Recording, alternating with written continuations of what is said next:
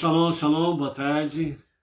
Hoje nós estamos no dia 30 de agosto do ano 2021 e pelo nosso calendário judaico nós estamos no dia 28 do mês de Elul do ano 5781. Literalmente estamos na última semana do ano 5781 e estamos aí nos preparando então para segunda-feira que vem, ao pôr do sol, temos o Rosh Hashanah, o Ano Novo Judaico 5782. Então é a contagem regressiva, é a contagem realmente para os finalmentes, né? Hoje nós estamos com 357 dias, aliás, 358 dias, né? Hoje, a nossa gota de sabedoria do nosso Rebbe Menachem Mendel tem um recado muito profundo, mais um daqueles recados, ensinamentos profundos que o nosso Rebbe Menachem Mendel tem, né? É o tzadik da nossa geração, o líder da nossa geração. Então, o nosso Rebbe Menachem Mendel, ele tem realmente algo muito importante para falar conosco nesta última semana do ano 5781, uma preparação para adentrarmos no ano novo, com novas possibilidades, novas perspectivas, né? E tire do seu vocabulário coisas negativas, tire dos teus pensamentos negativos, né? E realmente venha nutrir bons pensamentos, bons fluidos, né? Venha realmente nutrir coisas que venham exaltar o nosso Deus e que venha testificar que nós somos filhos do Altíssimo, né? Então, negativo, nada de pensamento pequeno, nada de pensamento negativo. Forças negativas pertencem ao outro lado, né? Como diz, né, Star Wars, né? A força oculta está do outro lado. Nós estamos na luz, a luz dos olhos de Hashem, a luz da Torá, né? A luz do conhecimento, da sabedoria, a luz que nos conduzirá realmente para a redenção final, a partir do momento da revelação do justo e o verdadeiro Mashiach, preparando-nos realmente para o Olam Rabá, o mundo vindouro, né, conhecido popularmente como vida eterna. Ou seja, né, o mundo sendo definitivamente, plenamente, perfeitamente transformado na moradia de Deus. Então, vamos lá. É tempo de fazer introspecção, análises, né, um autoexame e realmente jogar fora, na lata do lixo, as coisas negativas, qualquer força negativa, pensamentos obscuros e por aí afora vai.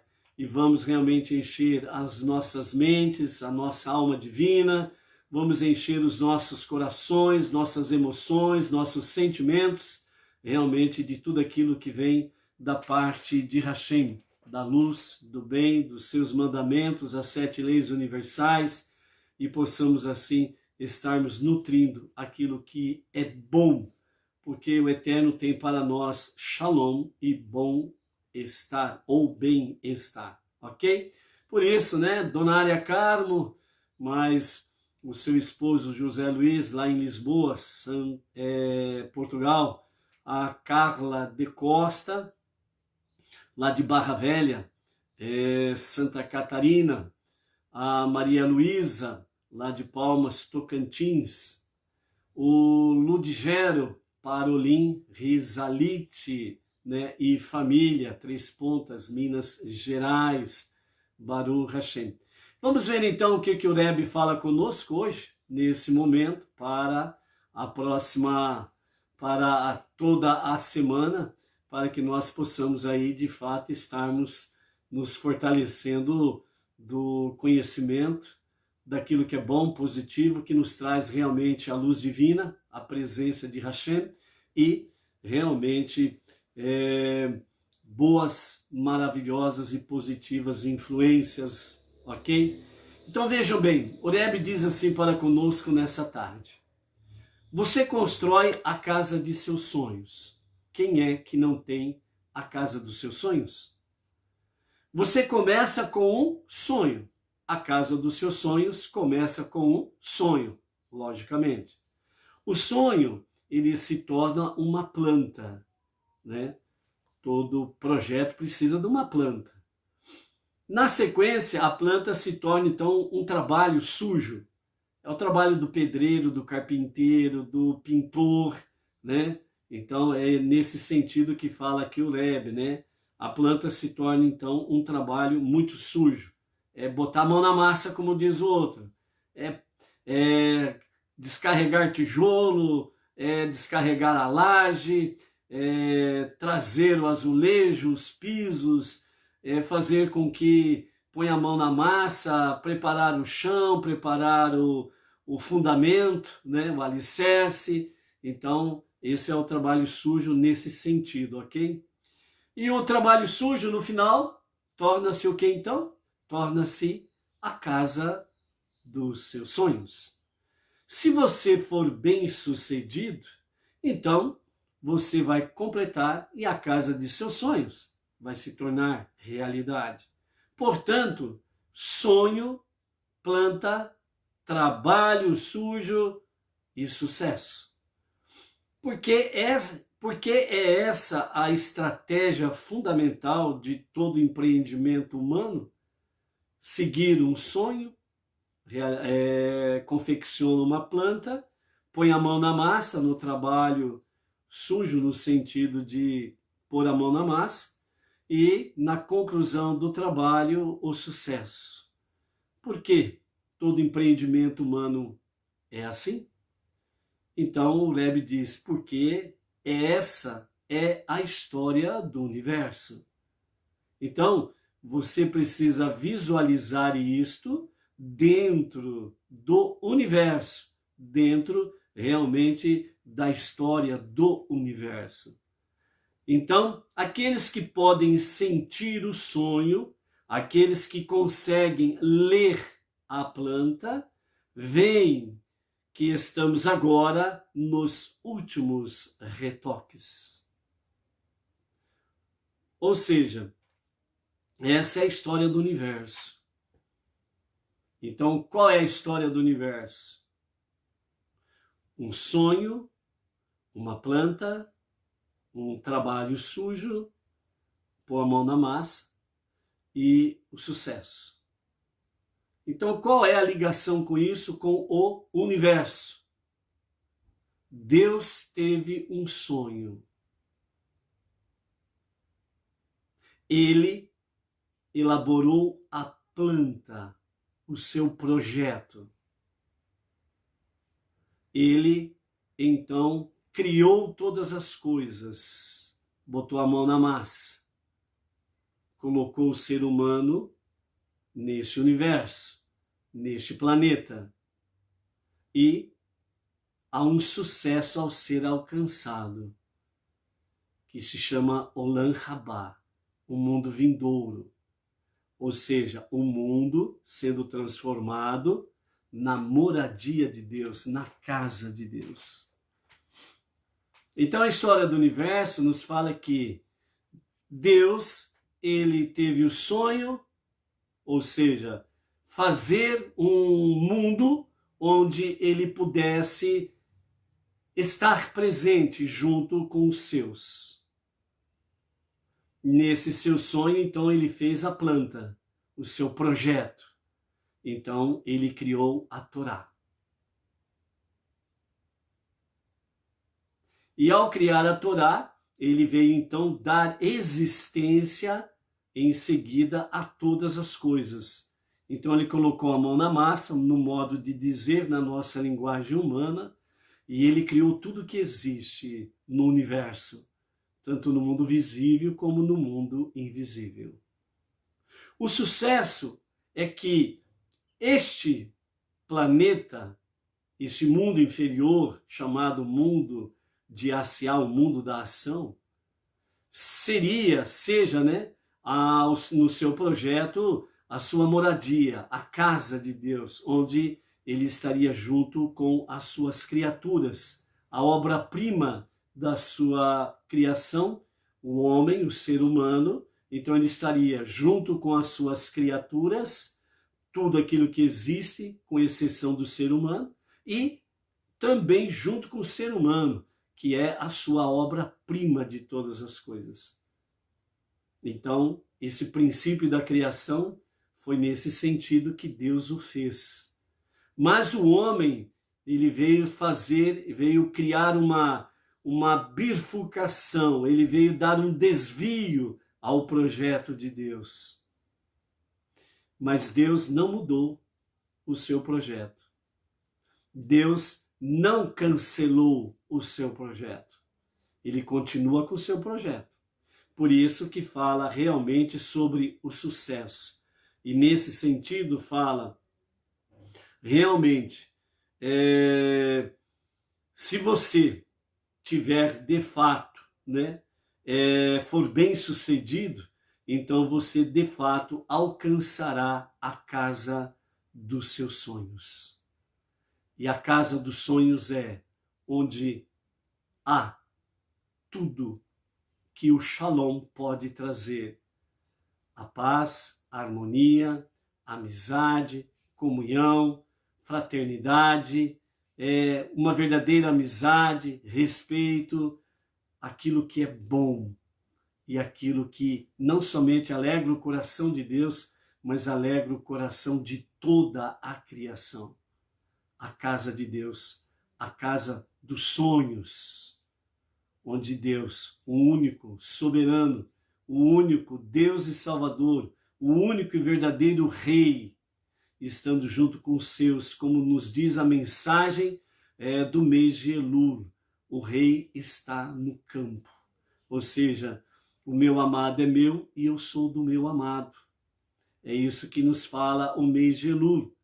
Então, esse projeto precioso, maravilhoso, a casa dos sonhos, é realmente este mundo, onde Deus realmente, desde o seu princípio, ele não mudou o seu projeto, ele não mudou os seus planos, e ele realmente, no seu projeto, é que esse mundo seja totalmente, plenamente, perfeitamente transformado na casa de Deus, na moradia de Deus.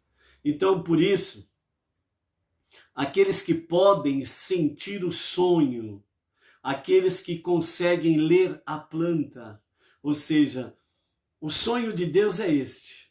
Você consegue sentir esse sonho de Deus na sua vida? De este planeta ser de fato a moradia de Deus? Você consegue sentir esse sonho de Deus em tua vida?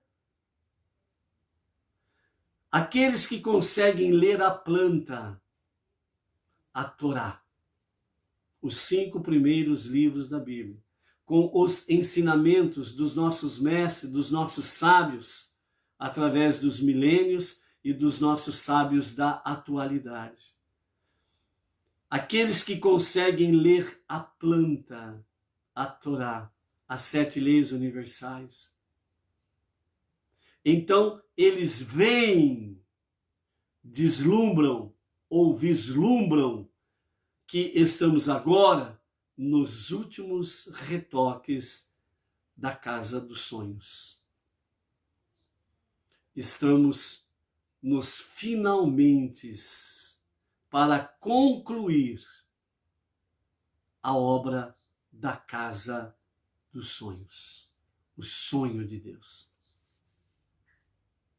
Então, nesse encerrar do ano 5.781, nos preparando para iniciarmos o ano de 5.782, nós temos aí pela frente, sem sombra de dúvidas, coisas estupendas para podermos visualizar diante dos nossos olhos acontecendo, para que nós possamos mais e mais sentir o sonho de Deus. Podemos continuar lendo, interpretando e compreendendo a planta de Deus, o projeto de Deus, a Torá. E dessa forma nós poderemos então ver, de fato, que nós estamos nos últimos retoques, nos últimos momentos para a revelação do justo Mashiach, para a redenção final, para que sejamos devidamente preparados para a conclusão do sonho de Deus, a casa, a morada de Deus, aqui, neste lugar. Então, por isso, amados, vamos enfrentar essa transição do ano 5.781 para o ano 5.782. E vamos nos colocarmos aí em marcha dentro desta realidade. Porque o que Deus tem reservado para cada um é de fato para cada um. O que Deus tem reservado para a coletividade, as nações de um lado e o povo judeu do outro lado. O povo judeu, retorno completo, Eretz Israel, a terra de Israel. Os não-judeus, as nações, realmente se enquadrando dentro daquilo que as 7 leis universais alicerçadas na Torá é para ser feito. E isso depende dos Benei Noach. Então, depende de cada um de nós. Então, o nosso irmão mais velho, o filho primogênito de Deus, o povo israelita, por isso é chamado de Benei Israel, os filhos de Israel, o povo israelita. Profecias específicas dentro desse contexto. E para nós não-judeus, entre as nações, temos as profecias dentro deste contexto. Alicerçados, apoiados e ombro a ombro com o nosso irmão mais velho, o povo israelita. Então, dessa forma, eles vão cumprir a sua parte dentro da profecia. E nós precisamos nos prepararmos adequadamente para cumprirmos a nossa parte dentro da profecia entre as nações. Por isso, prepare-se. Realmente é uma batalha gloriosa, pois a sua vitória, ela é esplêndida. Ok?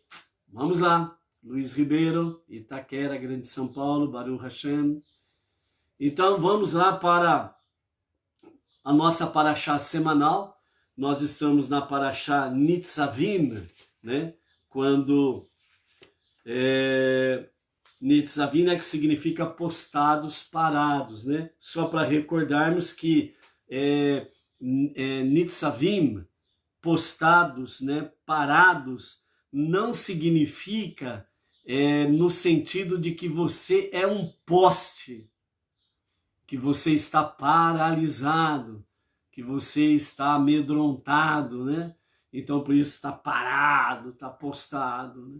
Não é nesse sentido aí, não. Inês Martins, shalom, shalom, aqui de Pirajuí, ok? Aqui, a Paraxá Nitzavim, de fato, o que ela quer trazer para nós, com essa expressão conhecida no português de postados, parados, é no sentido de determinação, foco. Não se mover da escolha que nós fizemos. Abraçar o monoteísmo com fundamento judaico da palavra, com orientação rabínica e aprendendo cada dia mais com os nossos sábios. Então, Nitzavim, parados, postados, significa que somos irredutíveis na nossa fé, na nossa emuná, na nossa confiança em Deus. Que as promessas que Deus fez, nós cremos, confiamos e sabemos que Ele é fiel e poderoso para cumprir cada uma delas. Nitzavim, então significa que eu sou irredutível. Não mudo a minha opinião, a minha decisão de estar na presença divina, na presença do único Deus e do único Salvador, o único Criador, o único soberano. Aquele que não é dois e nem três. Nele não há dualidade nem trindade. Ele é errado. Ele é um e único. Ele não nasceu e nem morreu. E por isso ele não é homem nem filho do homem. Ele é a essência de todas as coisas. Sem ele, nada existe. Nada é. Tudo, como diz o salmista, tudo pode se acabar. Mas ele não. Ele permanece. Tudo tem um princípio. Ele não. Ele é o que ele é. É ele. Quando se fala o princípio, significa que ele é o princípio de todas as coisas. É nesse sentido para nós compreendermos. Então, tudo, como diz o salmista, tudo pode acontecer de não existir, acabar-se. Mas ele não, ele permanece. Porque ele não tem princípio nem fim. Ele é o princípio e o fim de todas as coisas, mas ele não tem princípio nem fim. Ele é eternamente o grande eu sou. Por isso, nele não há dualidade nem trindade. Ele é errado. Ele é um e único. Nada pode se comparar a ele. Nada pode se associar a ele.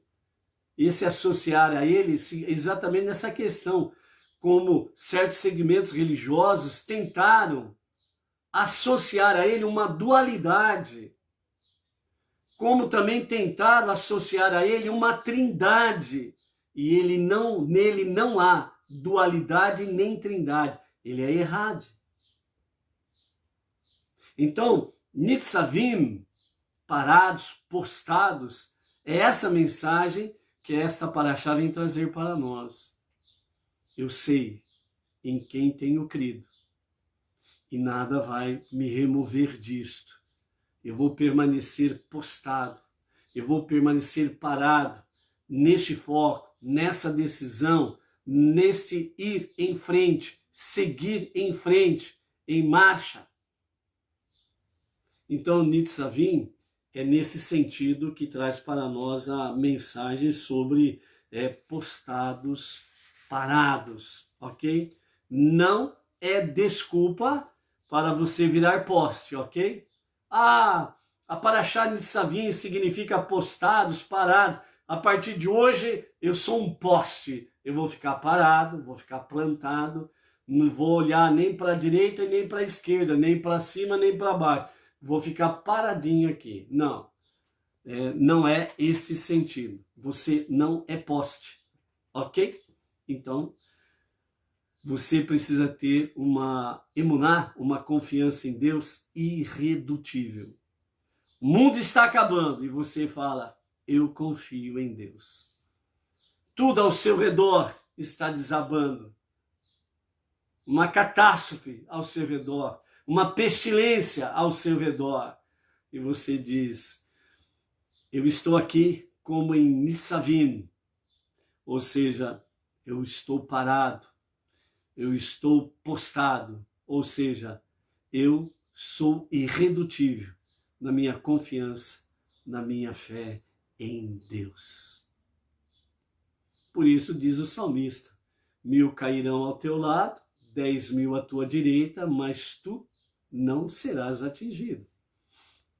Nitzavim, postados, parados, irredutíveis na nossa confiança em Deus.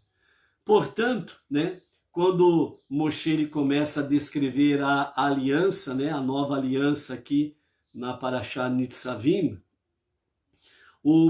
que o povo está prestes a celebrar com Deus, né, assim que entrar na Terra Prometida, Moisés, então, ele assinala que a sua efetividade depende da união de todos os judeus. Ou seja, vós todos estáis postados hoje diante de Deus, vosso Deus. É o que nós lemos ontem, né, na nossa primeira Ariá, né? Vós estáis postados, ou seja, vós estáis parados diante de Deus, o vosso Deus. Isso significa que nada vai tirar você da presença de Deus. Ou seja, você está decidido, determinado, e nada vai fazer você sair da presença divina. Então, estão os vossos líderes, os líderes de vossas tribos, os vossos anciãos, os vossos chefes de polícia, todo homem israelita, vossas crianças, vossas mulheres, os teus convertidos que foram aceitos em teu acampamento, os teus lenhadores e teus tiradores de água, para entrar em uma aliança com Deus, teu Deus, né? Então, aqui os comentários de Irache, ele fala, né? Como podemos unir-nos verdadeiramente? Como? É interessante. Como? Né? Marli Stael, né? Junto com seu esposo Ananias, lá de Vitória Espírito Santo, e Dina Silva, aqui de Bauru, da nossa região, né? Baruch Hashem. Então, como podemos unir-nos verdadeiramente? Afinal, a própria Torá indica que há diferenças entre judeus, as tribos, dentro de cada tribo, dentro de cada família. Alguns são vossos líderes, enquanto outros são teus tiradores de água. O que teriam em comum um líder de prestígio e um simples judeu? A resposta que Irache traz para nós aqui é uma resposta tríplice. Então, em primeiro lugar, quem é capaz de dizer, no fim das contas, quem se encontra em posição mais alta na escala das realizações? As aparências podem enganar e tendemos a supervalorizar a nós mesmos e subestimar os outros. Então, nessa primeira resposta aqui que Irache traz para nós, refletindo, né, fazendo uma reflexão nessa questão de unir-nos verdadeiramente, ao mesmo tempo que nós focamos especificamente sobre a questão de cada israelita, de cada judeu, nós temos ao mesmo tempo que compreender isso para nós, Bnei Noach. A lição e a aplicabilidade da realidade da Torá e os seus mandamentos, as suas 7 leis universais, é uma realidade. Se um exemplo simples para nós prosseguirmos. Se Deus exige uma união, uma unidade entre todos os judeus, todas as tribos, todos os israelitas, é a mesma coisa que ele exige para nós, Bnei Noach. União, unidade, comunhão, fraternidade, estarmos focando juntos no mesmo pensamento, no mesmo foco, no mesmo objetivo, para divulgarmos a unidade e a unicidade de Hashem, para, ombro a ombro com o nosso irmão mais velho, o povo israelita, estarmos aí, de fato, vivenciando, a agirmos de forma em que o mundo seja transformado na moradia de Deus. Então, é dentro desse escopo aí, ok? Então, as aparências podem enganar. Então, quando aqui fala, né, desde o líder até a pessoa mais simples do povo, mas todos estão na presença divina. Ou seja, para Deus, todos são iguais, todos são importantes. Em segundo lugar, na resposta de Irache, ainda que a pessoa se avalie corretamente, o fato dela ser líder em determinada área da vida não significa que não haja áreas em que outros o sejam.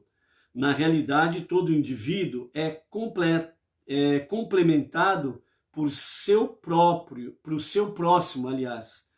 Todos são líderes de algum modo. Consequentemente, a perfeição de nosso povo depende da inclusão de todo judeu no ente coletivo. Então aqui Rashi está dizendo, no primeiro aspecto, muitas vezes a aparência pode enganar, e às vezes a pessoa está lá como líder, então às vezes acha-se que aquela pessoa ela poderá fazer muito mais do que um judeu simples, um judeu comum no meio do povo. Mas na realidade, diante de Deus, isso pode acontecer o inverso. Um cidadão simples, ele poderá realizar muito mais feitos do que o próprio líder, né? Então, é por isso que no segundo aspecto aqui, Rashi fala, mesmo que você possa se avaliar como realmente você é um líder, você é importante, você se avalia e você fala, não, beleza, eu sou apto para isso daí, não resta dúvidas. Porém, né, aqui nesse segundo aspecto, Rashi fala, né, isso não significa que outras pessoas não sejam líderes, porque de fato, né, resumidamente, Rashi diz aqui, toda pessoa, independente da posição que venha ocupar dentro da própria sociedade, né, toda pessoa em si é um líder. Toda pessoa em si é um líder. E por isso, aqui Rashi chama a atenção no sentido de que toda pessoa é um líder nas suas áreas, uma área específica da sua vida, etc. e tal. Mas o mais importante que Rashi aqui vem mostrar para nós é que todo indivíduo é complementado pelo seu próximo. Ele sozinho, ele é incompleto. Mesmo que tenhamos atributos, qualidades para sermos líderes em área A, B ou C, mas sozinhos somos incompletos. Mas quando nós nos unimos, então um completa o outro. Um aperfeiçoa o outro. Existe a liderança? Sim, existe a liderança, porque ela é realmente estabelecida por Deus desde o princípio. Mas nesse aspecto aqui, né, o povo e o líder, ou os líderes, eles acabam fundindo-se nessa harmonia, nessa comunhão, nesse completar um ao outro. Então, na realidade, o líder ou os líderes precisam do coletivo, o povo. O povo precisa dos seus líderes. Mas juntos estão somando, não dividindo. Juntos estão realmente trazendo a presença divina e não trazendo confusão. Então, por isso, juntos é que nós possamos realmente realizar grandes coisas. Individualmente, separados, fica mais difícil. Então, dentro desse aspecto aí, né, a inclusão de todos é muito importante para que o coletivo possa estar focados no serviço a Deus. E em terceiro lugar, Rashi diz que a distância conceitual entre qualquer criatura e o Criador, ela é infinita. Assim, quando tentamos avaliar-nos com base em nossa relação com Deus, nossa completa insignificância perante sua realidade absoluta elimina toda a possibilidade de nos presumirmos superiores a qualquer outra pessoa. Ficamos tão estupefados diante de nossa pequenez que tal comparação parece absurda. Nesse terceiro aspecto aqui, Rashi ele nos chama a atenção, né, como respondendo exatamente à pergunta que vem com essas três respostas. Então a pergunta qual que é? Como podemos unir-nos verdadeiramente? Então nós temos o primeiro aspecto, que é exatamente o quê? Quem é capaz de dizer, no fim das contas, que se encontra em posição mais alta na escala das realizações? Quem pode dizer categoricamente, ó, eu estou no topo, estou por cabeça, então eu, olha a expressão, não esqueça desse detalhe. Então eu posso realizar de fato grandes coisas. Quem pode fazer isto?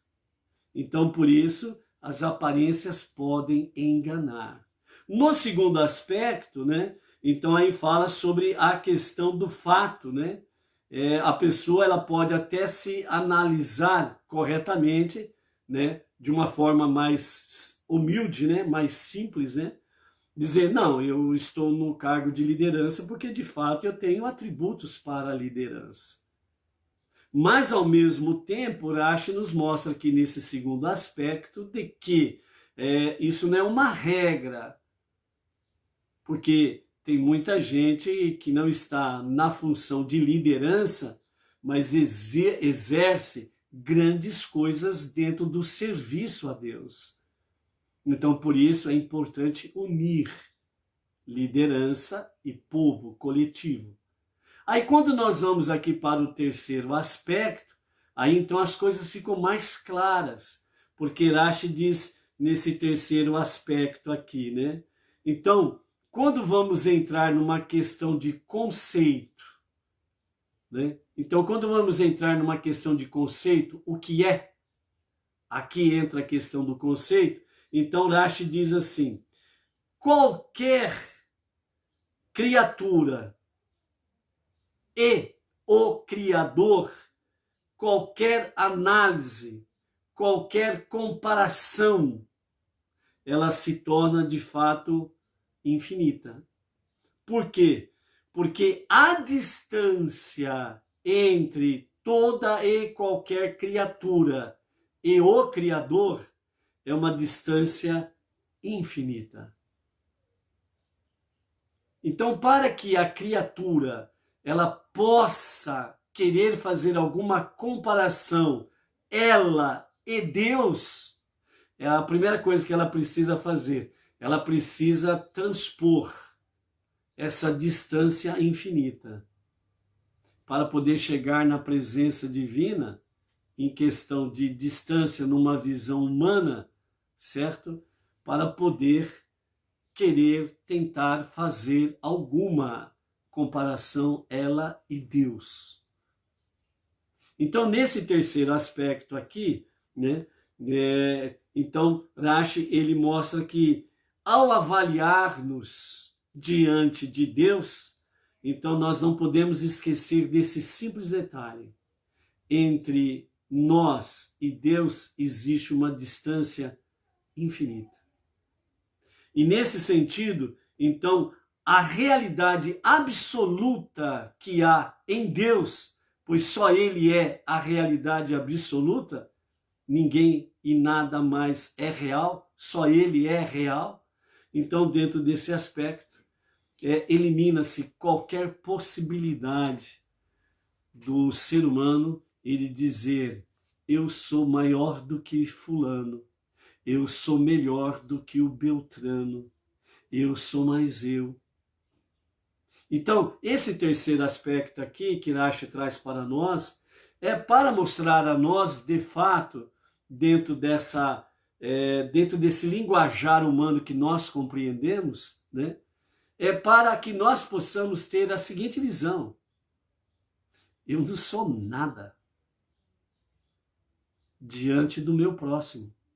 Eu sou insignificante diante do meu próximo. No sentido de que eu não sou mais do que ninguém. Ninguém é mais do que eu. Por isso, como podemos unir-nos verdadeiramente? É reconhecendo que só Ele é o grande eu sou. Que só Ele é a realidade absoluta. Que nós fazemos parte desse coletivo que Ele quer que venhamos prestar a Ele um serviço verdadeiro, um serviço real, sincero dos nossos corações de forma voluntariosa e transbordante em amor. Ou seja, o que realmente Arashi quer mostrar para nós aqui nesse terceiro ponto é que nós precisamos ficar estupefados, assombrados, realmente diante da nossa pequenez, da nossa insignificância diante de Deus. E por isso, fazermos qualquer comparação com o nosso próximo torna-se algo absurdo. Então, por isso, considerando essas três perspectivas, podemos permanecer genuinamente juntos, unidos, não apenas com o sentimento de amor recíproco, mas também comportando-nos de maneira que atesta a veracidade desse sentimento. Qual sentimento? Amor recíproco. É isso que nós precisamos ter um com o outro. Amor recíproco. E é nesse amor recíproco que nós temos esta última semana do ano 5.781 para olharmos esses detalhes, para que nós possamos entrar no ano novo 5.782 com uma visão melhor, mais sublime, com mais santidade, o que é amar o próximo. Então, que isso seja realmente um verdadeiro norte para cada um de nós nesta semana e o princípio do ano 5.782. Baruch Hashem? Ok, vamos lá, né? Então, nós queremos aí mandar aí um shalom, né? Para os nossos amados aí, né? A Thalita Esther de Teresina, Piauí, o Adriano de Açailzal, Prainha, Pará, né? O Silas de Rio Branco, lá do Acre, a Esther Silva Gomes, lá de Japeri, Rio de Janeiro, né? A Esther Gomes da Silva Sarmento, né? O Marcos Santos, lá de São José do Rio Preto,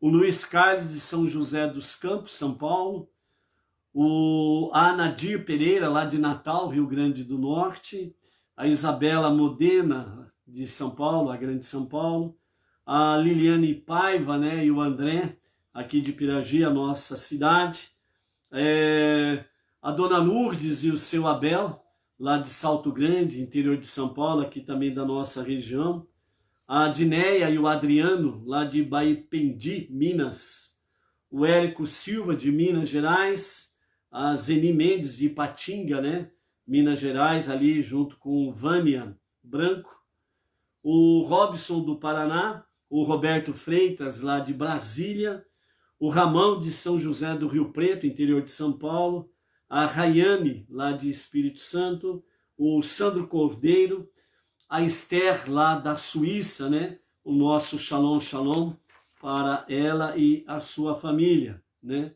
O Webster Rabelo e a sua esposa Kilvia, lá de Quixadá, Ceará, o Claudemir Messias, Goiânia, Goiás, né? Quem mais aqui da nossa região, né? Nós temos aí a Vera Manso, né? O seu marido Paulo Fernandes, aqui de Bauru. Temos o Pedro Fernando, também de Bauru, né? O Luiz Souza, aqui de Bauru também, Baruch Hashem, né? Aos dois Luiz, né? Temos dois Luiz, né? O Luiz Souza e o Luiz Carlos, aqui de Bauru, Baruch Hashem, né? Então, graças ao Eterno pelas vidas que nós estamos aí no dia a dia contemplando aqui em A Tarde com a Torá, ok? Vamos para a nossa segunda leitura de hoje.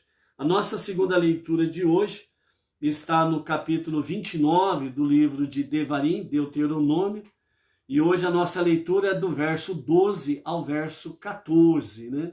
Lembrando que a nossa paraxá dessa semana ela é curtinha, 40 versículos, então por isso que as porções diárias elas são curtas também, ok?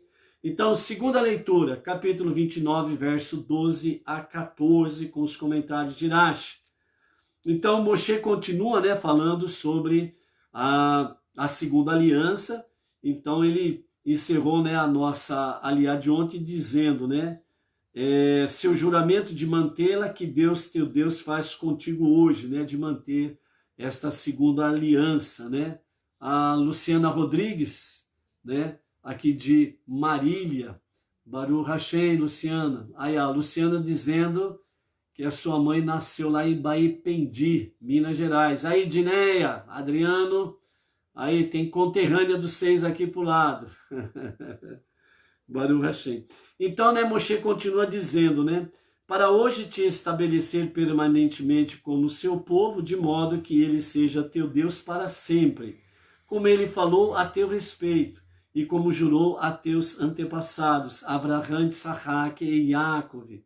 Porém, se não entrares nessa segunda aliança como com Deus, e não jurares mantê-la, ele não poderá cumprir a promessa que fez a teus ancestrais, de tornar seus descendentes, seu povo, escolhido para sempre pela seguinte razão.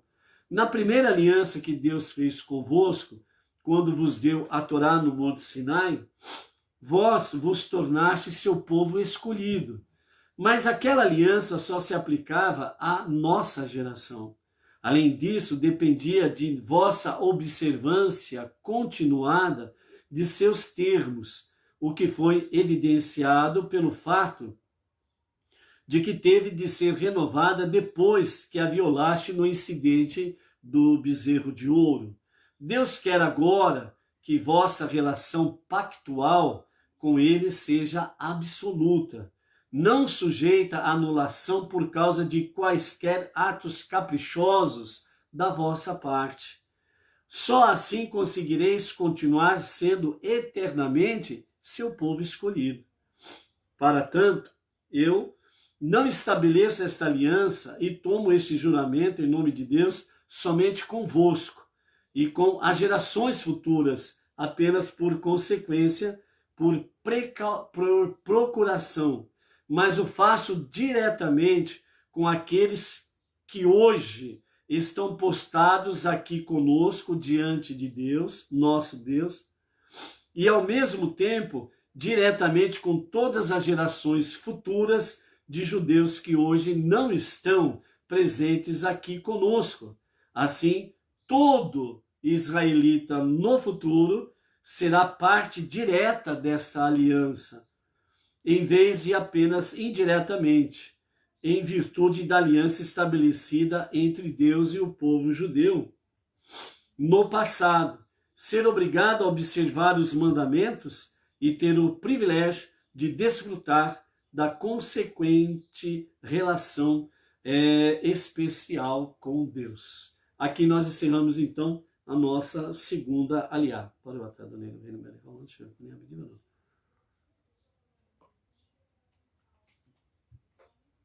Então, nessa aliá de hoje, né, nessa leitura de hoje, nós temos aqui a seguinte realidade.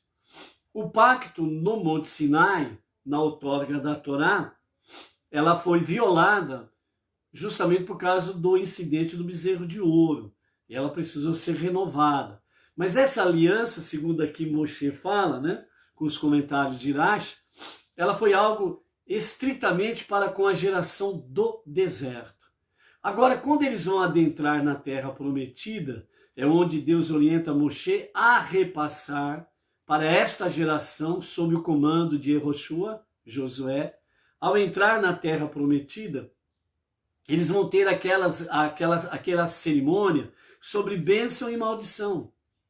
Eles vão ter que fazer aquele ato cerimonial das 12 pedras, né, que colocam no meio do rio. E quando as águas voltarem ao normal, aquele altar, né, ele vai permanecer visível para que saibam que ali o povo israelita passou por ali para tomar posse da terra prometida e levar 12 pedras ao interior da terra prometida, ou seja, adentrando na terra prometida e fazendo ali entre os dois montes o altar com as 12 pedras, depois levando essas 12 pedras em Shechem para montar o altar novamente e ali fazer as oferendas de paz e gratidão para com Hashem.